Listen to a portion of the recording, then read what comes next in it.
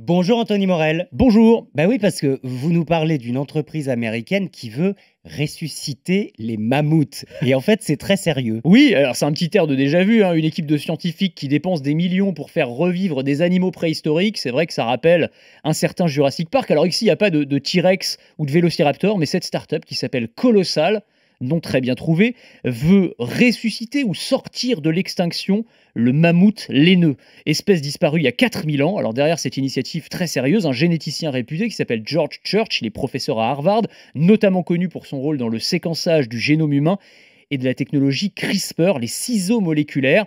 Et c'est de ça dont on va se servir. En fait, comme les restes d'ADN de mammouth de l'époque sont dégradés, eh bien, on va le mélanger avec de l'ADN d'éléphants d'Asie. Ils partagent 99,6% de leur génome grâce à ces fameux ciseaux génétiques. Et en utilisant les avancées de la science et de la technologie, eh bien, on va ainsi créer des embryons de mammophantes. C'est comme ça que ça s'appelle. Bon. Techniquement, c'est une nouvelle espèce qui utilise une espèce ancienne qui ressemblera à un mammouth. Ils pourront résister au froid grâce à des poils, une couche de gras supplémentaire, une hémoglobine plus adaptée. Et c'est pas pour dans 50 ans, puisque les premiers bébés doivent naître dans 6 ans environ avant d'être réintroduits dans la nature. Ah oui, donc c'est en cours là. C'est en cours. Ça va se faire. Absolument. Bon, ça pose plein de questions éthiques, mais la première question qu'on a envie de vous poser, c'est tout simplement, ça sert à quoi? Alors, il y a le discours officiel et il y a la réalité. Le discours officiel, c'est que ces mammouths nouvelle génération aideraient à lutter contre le réchauffement climatique, parce que ces pachydermes ont un rôle de régulateur dans l'écosystème. En gros, ils tassent le sol, et dans la toundra arctique, ça permettrait de mieux préserver le permafrost et d'éviter le renvoi dans l'air d'énormes quantités de CO2. Bon,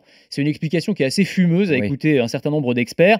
En fait, les vraies intentions derrière, ce serait plutôt d'inventer et de créer et de vendre des logiciels d'édition du génome, capables de reprogrammer des cellules souches. En fait, le mammouth ne serait qu'une vitrine technologique pour nous vendre un avenir où on pourrait programmer le génome façon code informatique, presque comme dans un jeu vidéo. Donc là, ça pose effectivement plein de questions. Et puis aussi du divertissement avec des parcs d'attractions ou des zoos avec de nouvelles Hmm. espèces ou d'anciennes espèces sorties de l'extinction.